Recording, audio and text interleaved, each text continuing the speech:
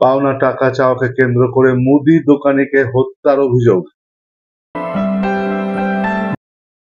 ঝিনাইদহে পাওনা টাকা চাওয়াকে কেন্দ্র করে মুদির দোকানিকে পিটিয়ে হত্যার অভিযোগ উঠেছে।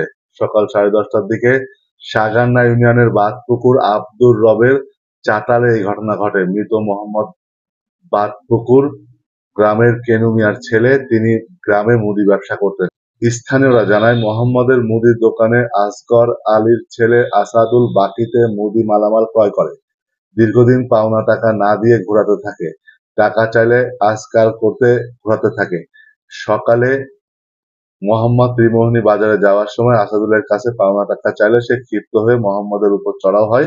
এক পর্যায়ে উভয় পক্ষের মাঝে হাতাহাতি শুরু হলে আসাদুল পাট দিয়ে আঘাত করলে ঘটনাস্থলে সে অসুস্থ হয়ে পড়ে। পরে সেখান থেকে মোহাম্মদকে উদ্ধার করে হাসপাতালে নেওয়ার পথে তিনি মারা যান। এ ঘটনার পরপরই ঘটনাস্থলে পুলিশ এসে পরিস্থিতি নিয়ন্ত্রণে আনে। এ ঘটনার পর আসগর আলী, ছেলে আসাদুল ও মাকে পুলিশ আটক করেছে।